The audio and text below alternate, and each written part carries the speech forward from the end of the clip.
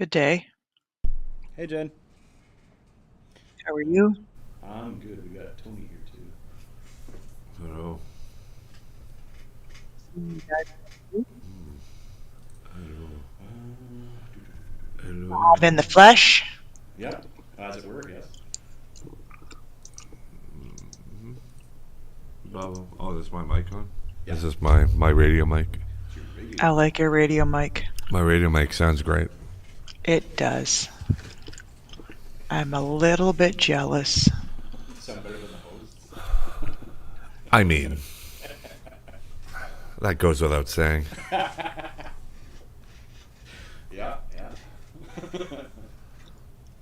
I'm gonna have to edit this out from the video now. They're like, what? Your hubris is your downfall, Tony. We're just waiting on Dawn. Just doing an Elaine over there drinking her coffee. Actually, it's water now. I'm on to water. Oh, water. Okay. Oh, I gotta have a coffee. I had enough coffee today, I think.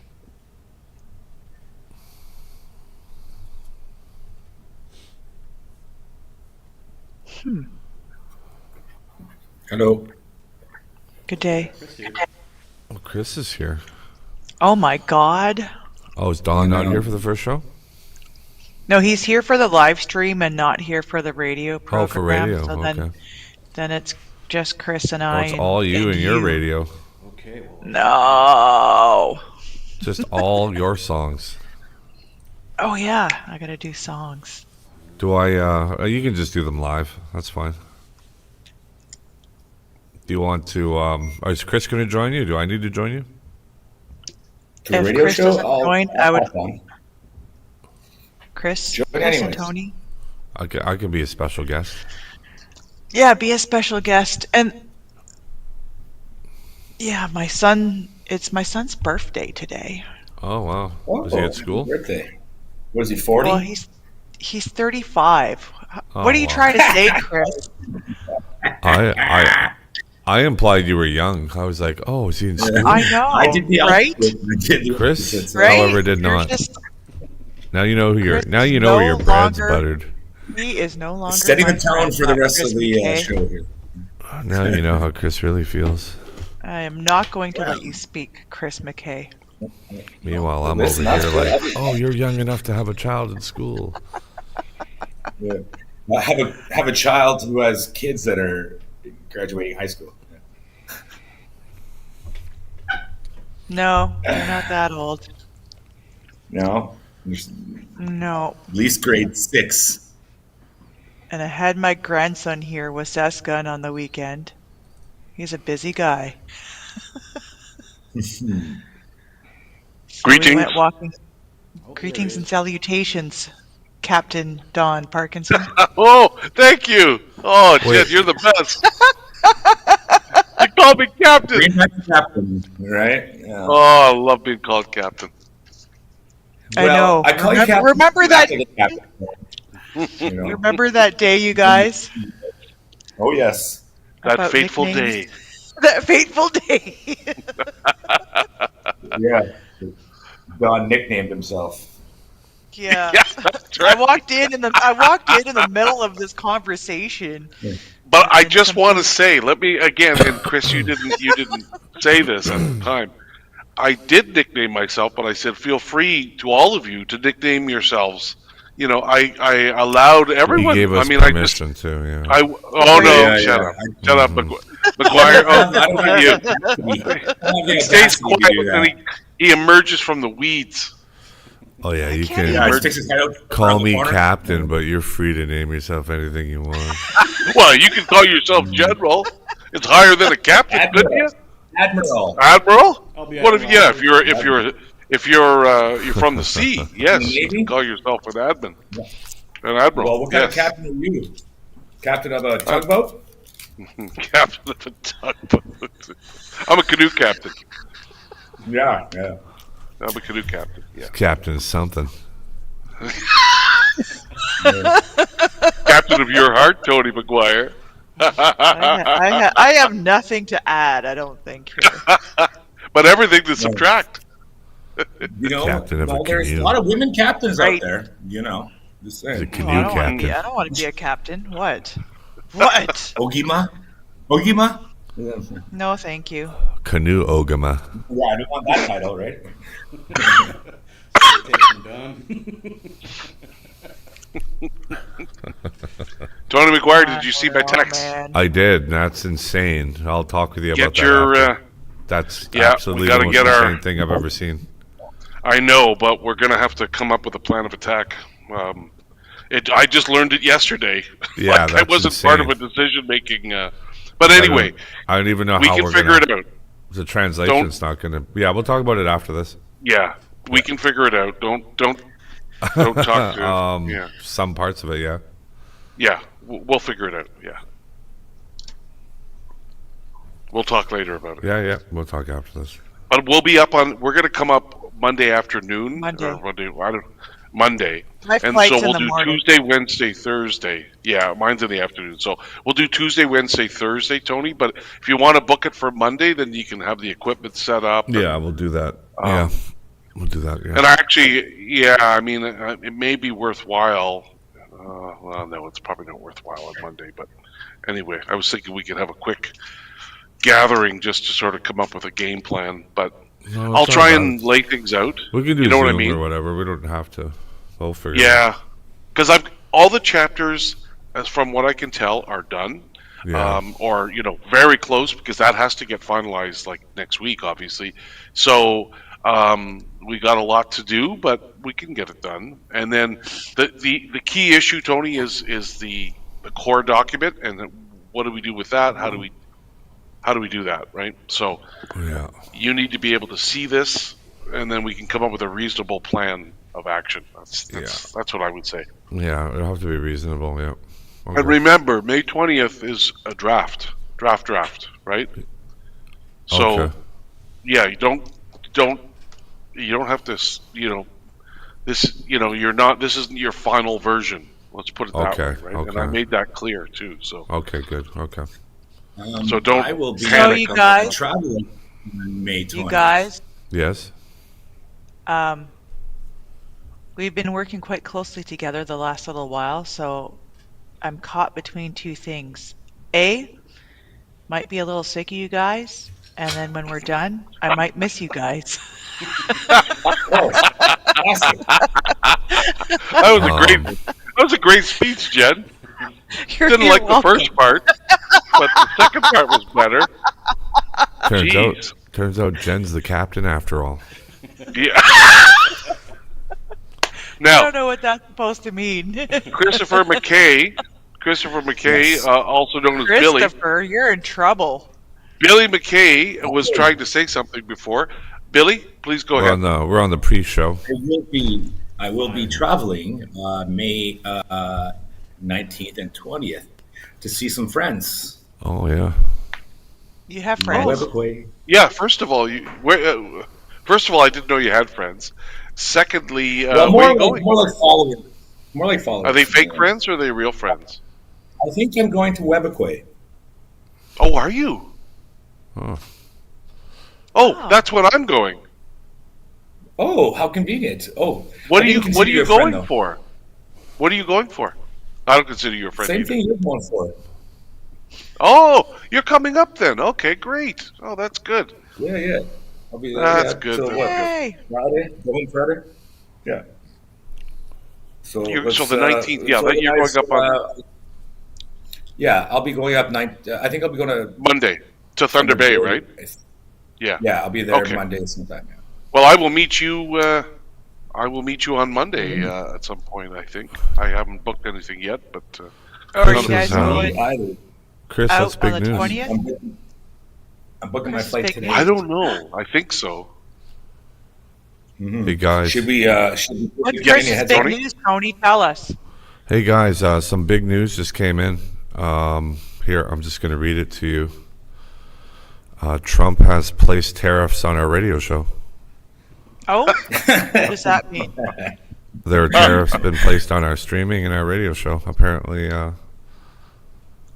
tariffs have been placed on us. Wow. Oh, that's great. That really failed. Great joke, Tony. I thought that was No, no, gonna go a lot thought better. it was brilliant. I laughed, but Really good joke, I didn't Tony. know how to respond. I didn't have any feedback. Tony, I appreciate the effort. I thought that Let me was just say gonna that. go way better, Anders. I was waiting for the follow-up. It was like some sort of percentage on the radio, music, and whatever, but you didn't go there. No, it's just that's how believable it was. People are like, really? Did that happen? Let's try that again on the radio show. Yes. So like, Yeah, oh, let's geez, try. they were all I'll scouring give you a their second browser, take. like, oh, really? Did that happen? No, I was looking up songs, you guys. I apologize. I can't join you guys. I feel terrible. yeah, I yeah. didn't realize it till today. Yeah. I'll be So thank you for. I'll be filling in for the captain today, I guess. Oh. Well, so you're the first mate. Yeah. make me proud, Tony McGuire, as you always do. I'm his Gilligan. Jeez. Well, that sounded You know, when kind you of say it with creepy. that sinister voice, it's Switch it just to the skipper. You know what? I think we'll switch the nickname to the skipper. It still means captain. You know what I mean? But then we can buy him a hat, What kind of and we'll name buy you is one of those little Gilligan, brown anyways? Gilligan hats. You guys can. Yeah.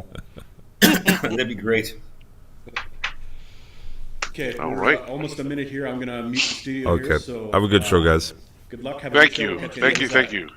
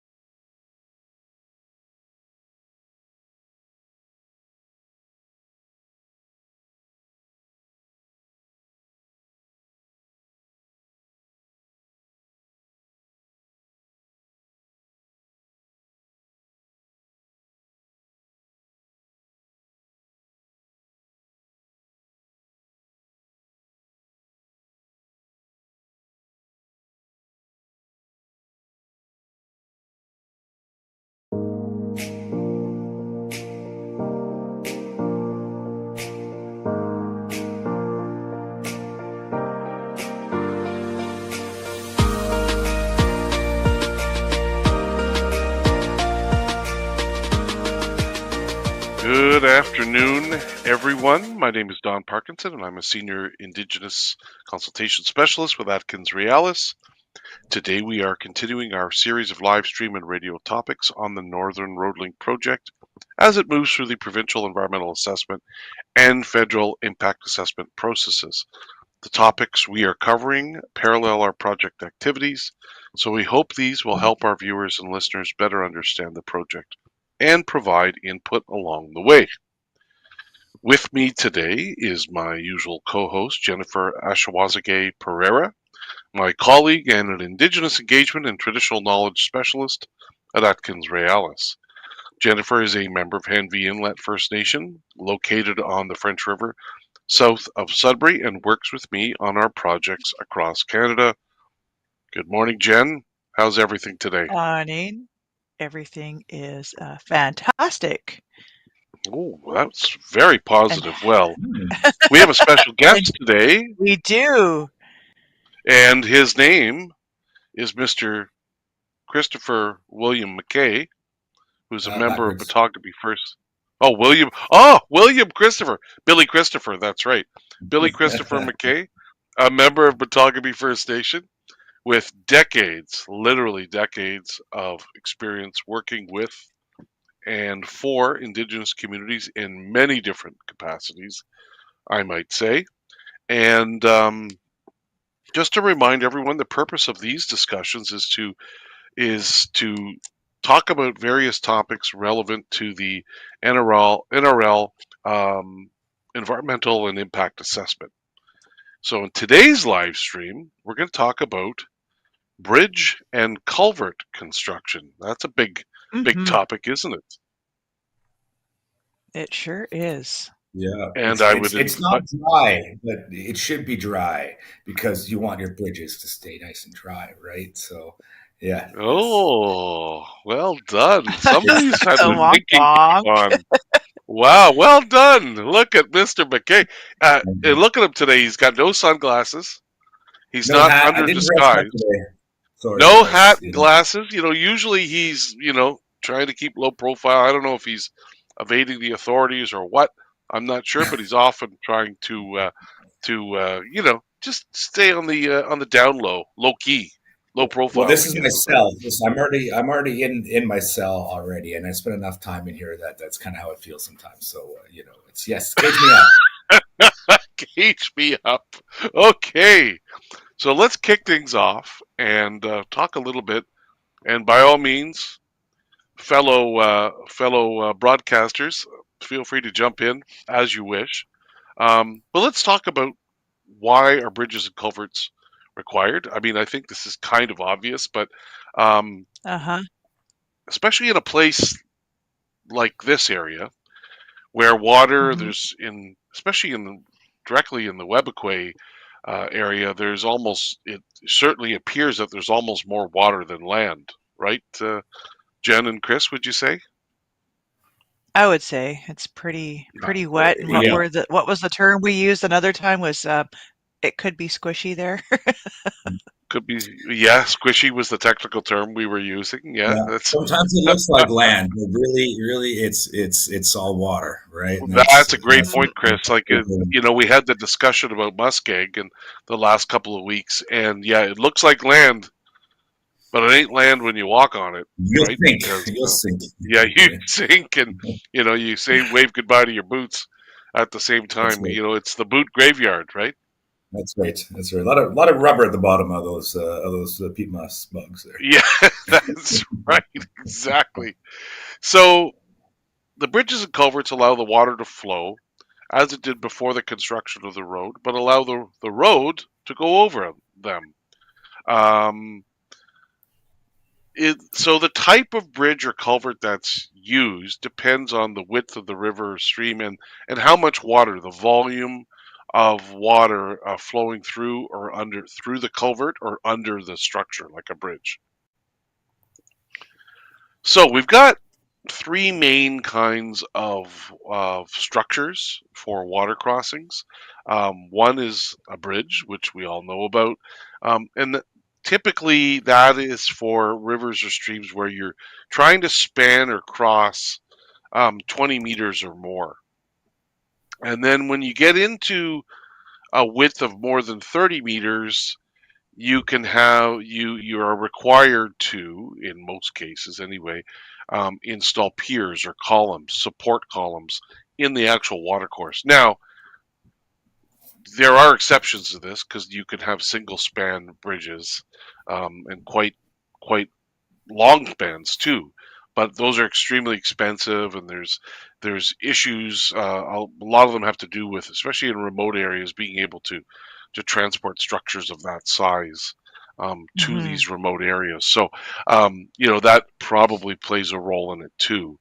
And then you have the large culverts, and most of these are large culverts have an open bottom. And what I mean by that is if you picture the small culvert pipes, those are basically round, corrugated, or wavy or wrinkly-looking metal or concrete pipes. You see those. They have their own bottom because they're basically a cylinder. They're a pipe. Now with the larger culverts, these arch culverts, they have an open bottom which allows them to be placed on top of an existing watercourse bottom. And so those culverts sit on foundational walls that run along the sides. So those are installed, and then the arch culvert sits on those, and those bear the load, but But again, there's less impact on fish habitat because it's an open bottom. And those large culverts can go, Right. they can get really big, right? They can go anywhere, and we've seen some really big ones, between 3 and 20 meters span, Yeah, 3 there's and some 20 meter spans, right? there's some big ones in my area, but they're concrete culverts, but they're Yep. also square. And they're tall enough and wide enough because when the Ministry of Transportation was doing consultation with my community in the area, they were proposing those concrete culverts, and the chief had asked them to be um, larger than what they had proposed because two things for snowmobilers to pass through the culvert during the winter, obviously, and or moose. So if moose wanted to cross or other animals to use the culvert. So it got built pretty big based on that consultation. That's a good point, Jen. And maybe if our team can zoom to our third last slide, culvert design options. Let's look at a picture of what Jen was just talking about, the concrete culvert. No, Yes, I think it's not that slide. It one after is the slide one 8. after that, third last slide. Yeah. Okay, so you'll see in the lower right corner then that's a cast in place concrete box culvert. Now that one looks pretty Mhm. full. I hope the water's high. That's explaining why the water is so high, because there isn't a lot of Or the clearance. moose is really short. And Well, that's not the one that's in my area. Okay. yeah, yeah, yeah. That one's concerning me a little bit. Like the water levels are awfully high. But anyway, that's what you're talking about, right, Jen? Yes, something like that. Excellent, It excellent. looked No, like that's a good. bridge to me. It really does, doesn't it? Yeah, yeah. Because Mhm. when I first looked at it, I thought, is that a bridge? But it actually is like a, uh, yeah, Wow. Box color. box culvert.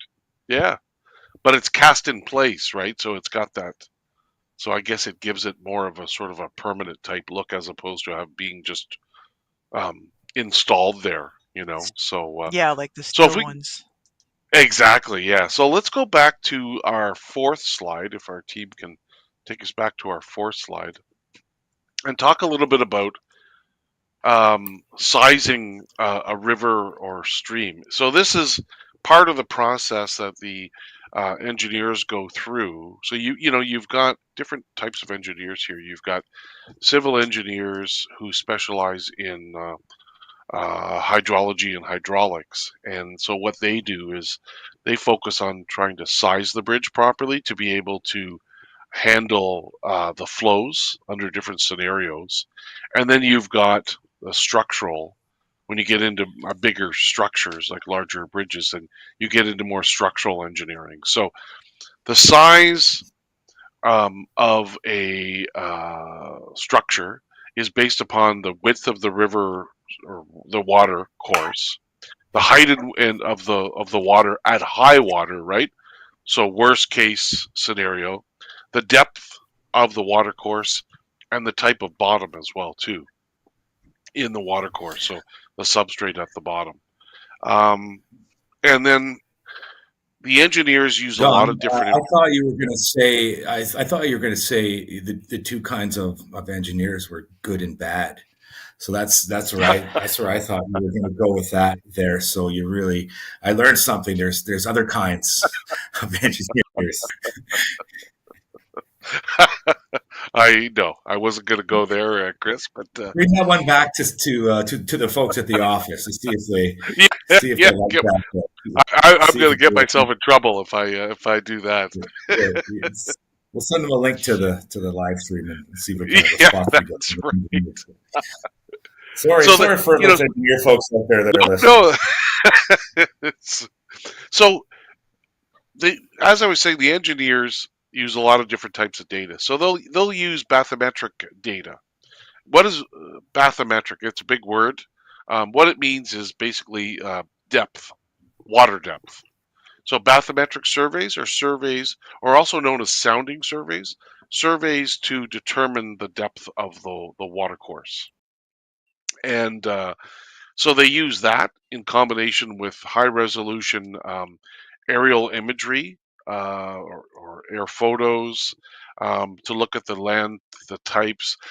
LiDAR data is more commonly used now when it comes to identifying in very high resolution the height of the land. So these LiDAR surveys are pretty amazing.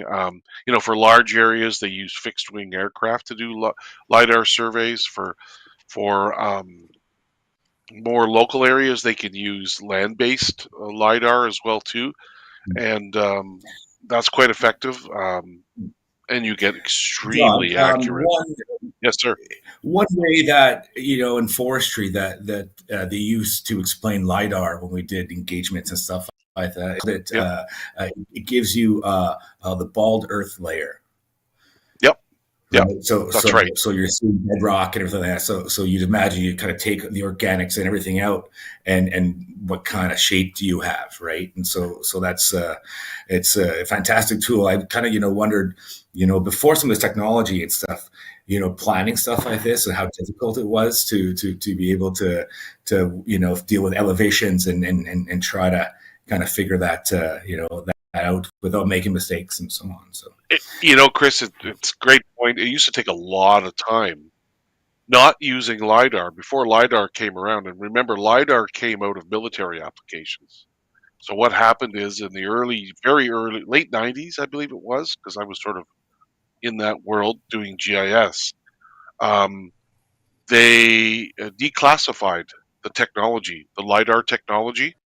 So it became available to regular people like myself, because I'm a regular guy.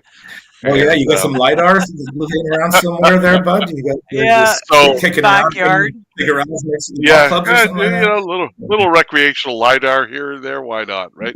And so that was pretty revolutionary. But again, 20 years ago, lidar really did not work that well, Chris, underwater. It was very limited, right? So, but now, and I Yeah. know we've done this on our project, we've actually used lidar to get water course depths. So there are So the sensors imagery now. now is done by the air as well. Yeah, I Yes, used to be able to go in a boat and you have your sonar and that's right. you drive around in the boat. So I did some of that mapping there when I was in college and stuff like that. So we were out on doing lake surveys and that kind of thing, and the old school lake surveys where you're doing depth with like rope and then so on. Then we With the rope, got to use the sonar. yeah, I've done that Depth before all too. over the lake. It's just it was fun Yeah, little process. markings on the rope, and you drop the rope down, and then Yeah, yeah, and you have one where there's a disc, and you can drop it down as far as you can see, and when you can't oh, see the that's disc a anymore, Secchi disc. that's But that's yeah, more to measure. that's right. That's not to measure depth. That's Density. measuring, transparency of the Particulate? water, right? Water clarity. Yeah. It was used as a guide for that.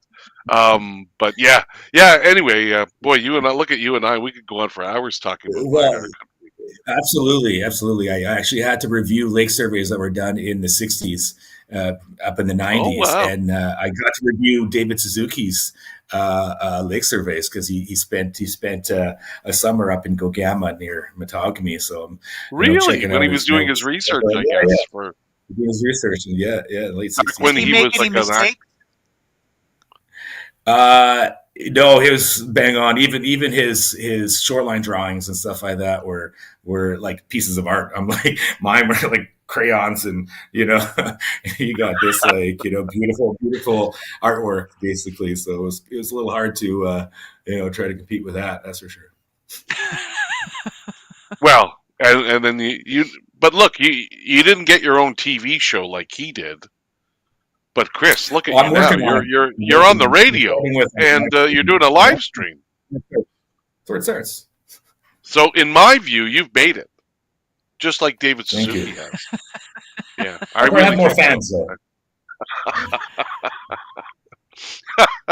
You're a Okay. cult hero, All right. Chris. Cult hero. Chris, Yeah. Chris is in it. Chris is in it for the fame. That's right. That's Clearly, right. clearly. So, so the engineers are working with a lot of different kinds of data, but it's pretty accurate data. And so they take all this stuff and put it all together. So if we move to the next slide, talking about sizing bridges and culverts again, one of the key things, as you can imagine, you need to know is how much water is going to flow through that culvert if you're putting in a culvert, or under that bridge if you're putting in a bridge. And this is done with what you call hydrologic or surface water analysis. And Chris, as you know, a lot of this is done using geographic information systems, where you identify, and one of the GIS. steps, GIS, and one of the steps in this is defining catchment areas, right? So the areas above, so if you have a particular location and you want to know what is the area of land that drains to that point, you could use tools like GIS to Do determine they that. call that a tertiary watershed? Well, that's a great that's a great question, Chris. Boy, you and I are geeking out on this one, aren't we? Um, Yeah. so what? That's in that case, it probably would be a tertiary, right? There's primary, secondary, tertiary, quaternary. You can keep going after that, right? So, in that particular case, your catchment point is not the mouth of the river. It's just any place along the stream, right? So it probably is Right. considered a tertiary catchment area. But again, great question. Love these questions. This is good. This is good. So this is a big part of what the hydrologic engineers do, determining these catchment areas. So catchment areas are the areas of land that drain to a certain point, and looking at, so the catchment is the area surrounding a water body where all the surface and groundwater or spring water flows downhill to the river or stream, or to the point that you identify. Um, and doing this kind of analysis, this surface water analysis, um, allows you to calculate the opening, the height and width of the bridge or the culvert. So it allows you to do that sizing, and you determine how a stream flows through and under a structure, and it guides erosion control as well too. That is necessary. So it's a big Mhm. part of the work, a very important part of the work. And remember, when they do this, they're looking at scenarios, and I'll get into this in a couple of minutes. Climate change is a big part of this, right? Because um, we're having a higher frequency of significant. I love using this word, events such as What kind of rainfall events? events. Concerts? A See, this jamboree. happens Jamboree is an event, every right? time. Every time I say event, everyone just jumps on me, even though it's the Yeah. correct technical term. But anyway, I guess I could go on forever complaining about this, but I won't. So We'll bring it up we'll next get into week. that. And we'll, Yeah, I'm sure you will. Yeah, every week. So anyway, so we'll talk a little bit more about that. But another thing that we need to talk about is ice jams. And I Mhm. know Chris has probably got some ice jam stories.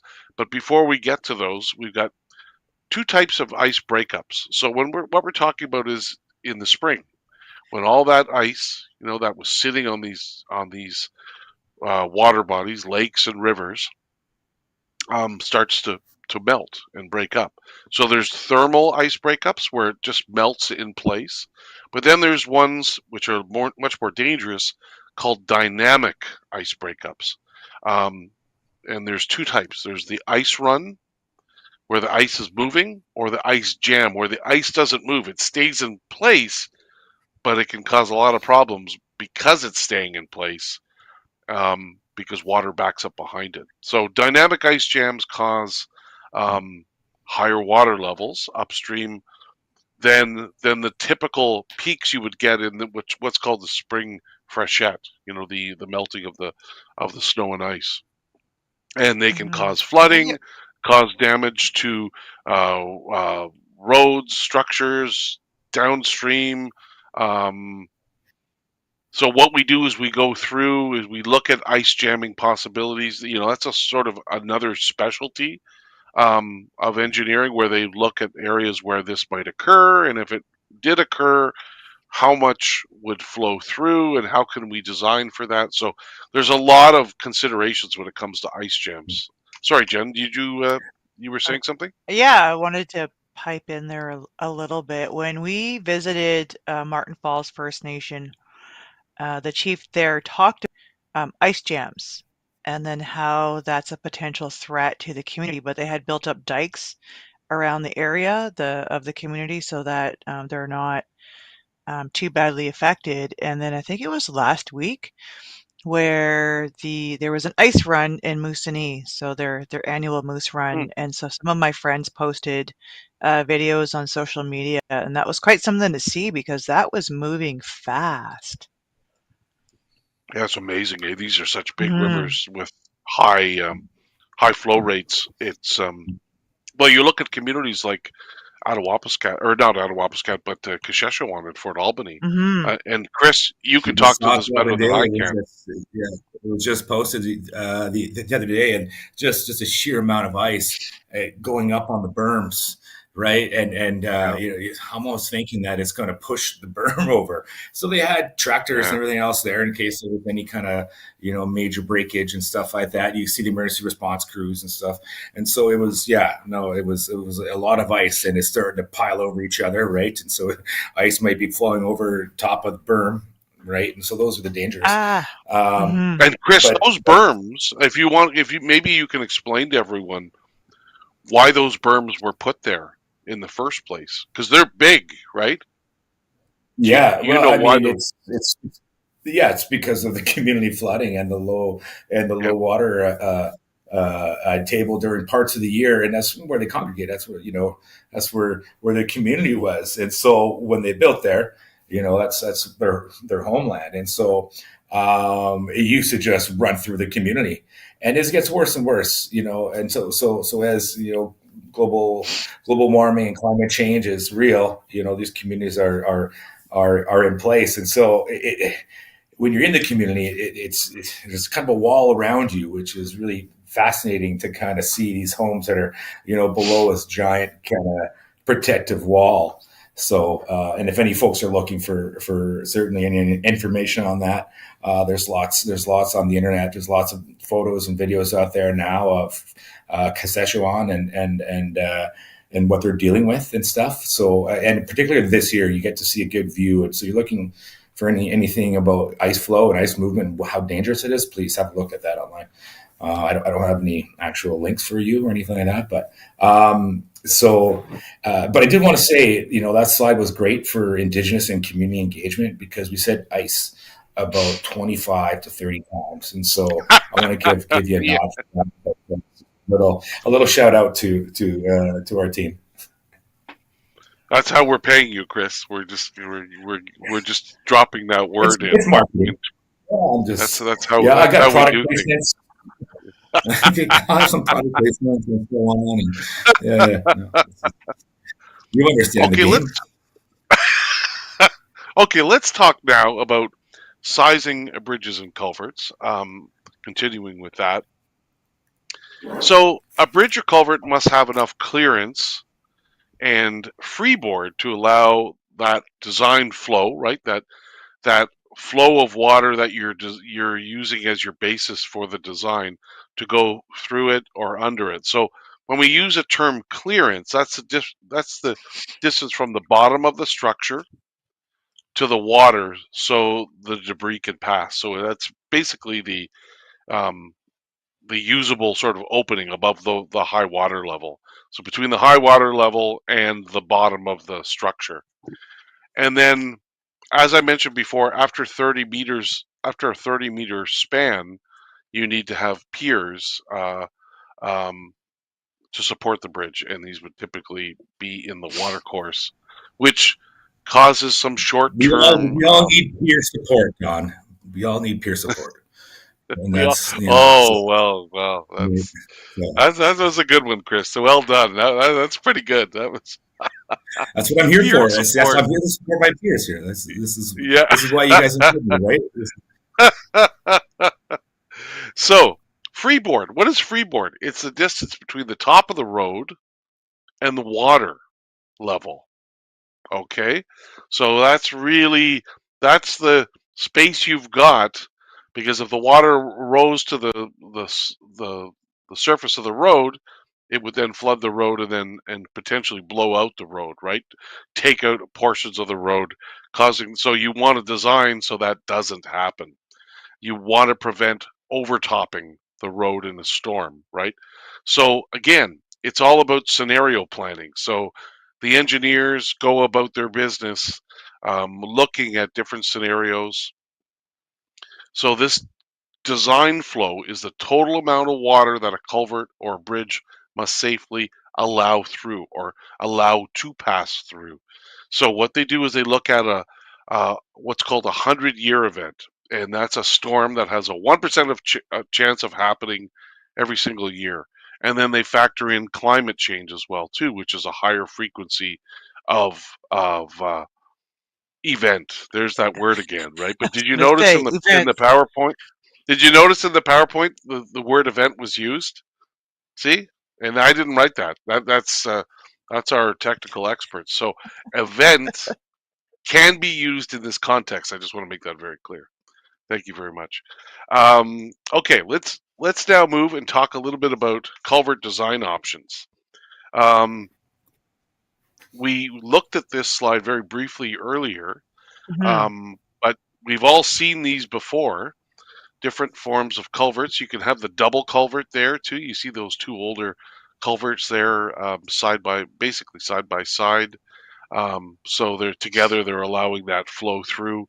There's the simple small round culvert. That one looks like it's concrete, but you have corrugated steel ones as well too. They're relatively inexpensive, easy to install. You see them everywhere. Ditches along roads, things like that. Steel arch culverts, like I talked about before, sort of like a half moon semicircle shaped structure, and the sides, it sits on two walls, two foundational walls on either side for support, and again, open bottom. You can see in that picture there, it's the natural bottom of the watercourse there. So you're basically just putting an umbrella over the watercourse and allowing the road to go over top of the umbrella. And then finally, Jen, that's the one you were talking about, this box culvert. This one's cast in place, so it's sort of built on the spot, but that's the one you were talking about. Yes. And then let's talk now. Why don't we move to talk a bit about bridges and talk about piers, like Chris was talking about piers. Except these Well, I are don't think he was stone. talking. Yeah, he wasn't talking about the same sort of bridges piers. with my peers. Yeah, That's right. yeah, Don't your burn bridges with your peers. Yeah. So as you can see in this picture, we have the support piers, and that's PIERS. Two of them are in the water, and then there's as you can tell, there's piles beneath one of the piers, and those piles are driven down to, I assume, bedrock. So that provides very strong support. And then you see on the left side there, you see the piles supporting the bridge abutment on that side, and then you've got the term called the wing wall. You see those before. You've seen those sort of Yes. concrete retaining walls, right, holding back. So just to keep the opening, fairly wide. And then you got the girders that go across, the horizontal supports, guardrails, the actual deck or floor of the bridge as well too. So this is a pretty good diagram. Well, It's kind of it is a really good Sure. diagram, and it's surprising how many components there are. It's not just this slab thrown over top a water course. Yeah. There's a lot of components here, and I sure hope there's not going to be a test. Well, maybe we should think about it, including tests at the end of these. Yeah, audience participation, right? Yeah. Well, maybe I'll test you guys out. Now that you brought this up, Jen. Name at least 3 bridge components. Parts of a bridge. There's- Oh, I yeah, like that. parts of a That's good. bridge, yeah. Okay. There's Can we one. refer to the Good. presentation? But don't- I'm not answering it. I've already forgot from 2 slides ago, so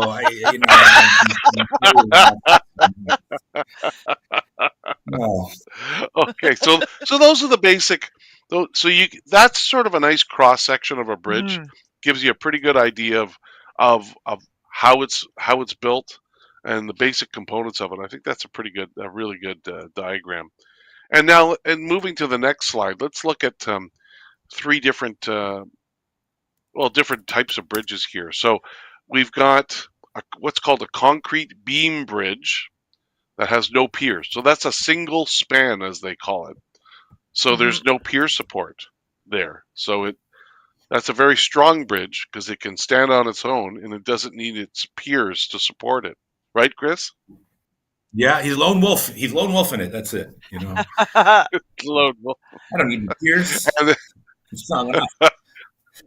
and then if you look at the other 2 photos, you see pier support in water, right? So now again, that's a little bit more complicated construction because you're working in the water course. So what they do, that obviously has temporary